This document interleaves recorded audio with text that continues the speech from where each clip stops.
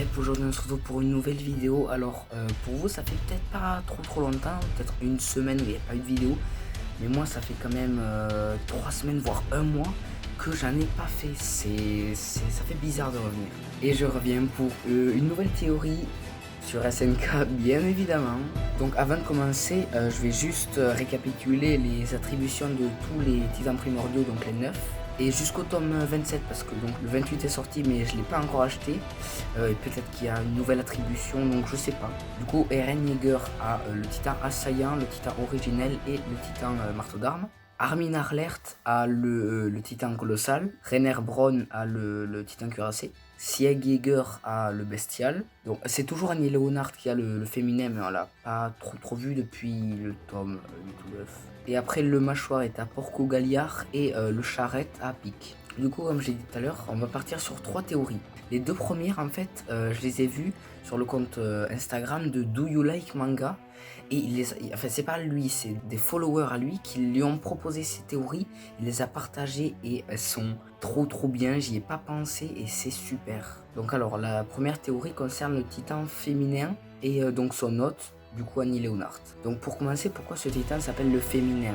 On va dire que c'est qui peut être possédé que par une femme. Du coup, si on part de ce principe, seule une femme pourra avoir tous les titans primordiaux, mais elle ne pourrait quand même pas utiliser tout le potentiel du titan originel. Donc si on prend Ymir ou Annie Leonard, elles ne peuvent pas utiliser tout le potentiel du titan original, même Mikasa par exemple. Du coup, la seule femme descendante de la lignée royale qui est toujours en vie, c'est bien évidemment Historia Reiss. Du coup, peut-être, c'est pas sûr que au final il y ait une seule personne qui ait tous les titans et donc que ce soit Historia Reiss. C'est pas sûr, mais si donc une personne devrait avoir tous les titans et en plus utiliser la capacité au maximum de tous, ce serait forcément Historia Reiss. Et Ymir, comme je disais dans tout ça, tout nous fait penser qu'elle est morte parce que donc Porco Galliard a eu son titan mâchoire. Je suis pas sûr du tout qu'elle est morte. Pour moi c'est obligé qu'elle a survécu. Déjà si elle était morte, on verrait une scène où alors il y aurait des adieux à Ymir et il y en a pas, donc pour moi elle n'est pas morte. Donc on entame la deuxième théorie qui est vraiment folle et qui est là depuis le début, mais vraiment le tout début. Donc c'est dans le chapitre 1 à la page 9. Eren se réveille d'un long rêve, enfin il dormait en tout cas. Et quand il se réveille, il demande à Mikasa si elle a laissé pousser ses cheveux. Mikasa dans le futur a les cheveux courts, donc déjà je vous donne un petit indice. Pourquoi il aurait dit ça alors que justement Mikasa dans le futur elle a les cheveux courts et là elle a les cheveux plus longs quand elle est petite. Et après Mikasa lui demande pourquoi Eren pleure. On peut supposer du coup que Eren a vu dans le futur. Et du coup peut-être que les larmes qui versent c'est parce que Mikasa va peut-être mourir.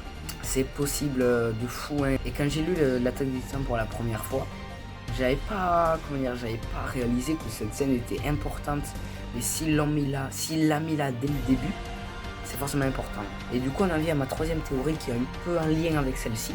Et je sais pas si j'ai dit dans les précédentes théories, donc les 2 autres sur SNK, mais je pense qu'il y aura sûrement du travel time dans la suite.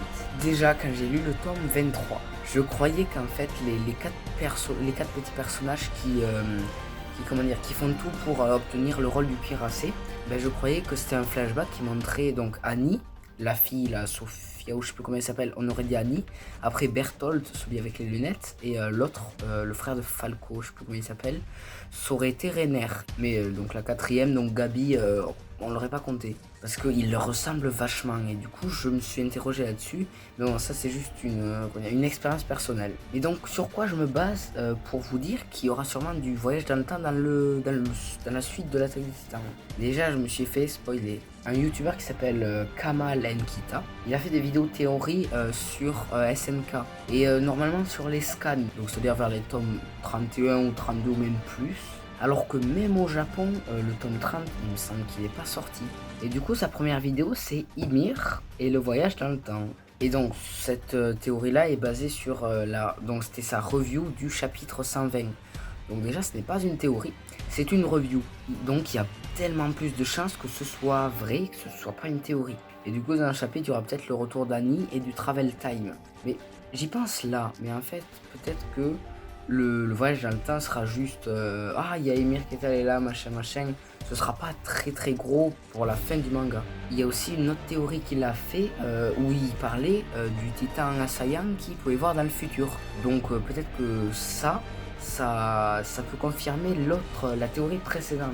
Et du coup, à quoi servirait le voyage dans le temps?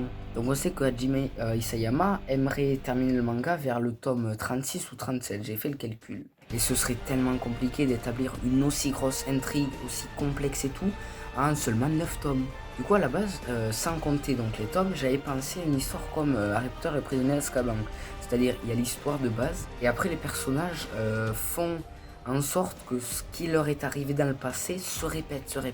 Donc par exemple, un exemple, c'est comme si Eren, Mikasa ou d'autres voyagent dans le temps pour obliger Reiner, Bertholdt, Amy et le frère de Porco à aller sur l'île pour que tout se répète comme avant.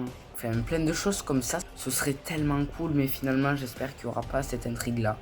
C'est trop complexe pour établir ça en 8 tomes. Même si je ne doute pas du talent de Hajime, il pourrait très bien faire un truc de fou en seulement 3 tomes. Et aussi, juste une dernière, ça c'est pas une sorte de théorie, c'est juste une question que je me pose. J'ai un petit problème avec les transformations en fait. Donc dans le tome 26, Eren a obtenu le titan marteau d'armes. Mais lors de sa transformation en fait, en quoi est-ce qu'il va se transformer? Est-ce que ce sera un mix des 3 titans, donc l'originel, l'assaillant et le marteau d'armes? Parce que oui, l'originel compte depuis le début, donc est-ce que, imaginons que Eren n'est pas l'originel depuis le début. Est-ce que, s'il l'avait pas, est-ce que le titan assaillant serait d'une autre forme? Ça, je sais pas. Et donc, si en plus il a le marteau d'armes, est-ce que juste il sera un assaillant, ou alors un marteau d'armes, ou alors un mix des deux, enfin des 3 plus originel. Je me questionne beaucoup là-dessus. Du coup, cette triple théorie sur SNK est terminée. Du coup, ciao.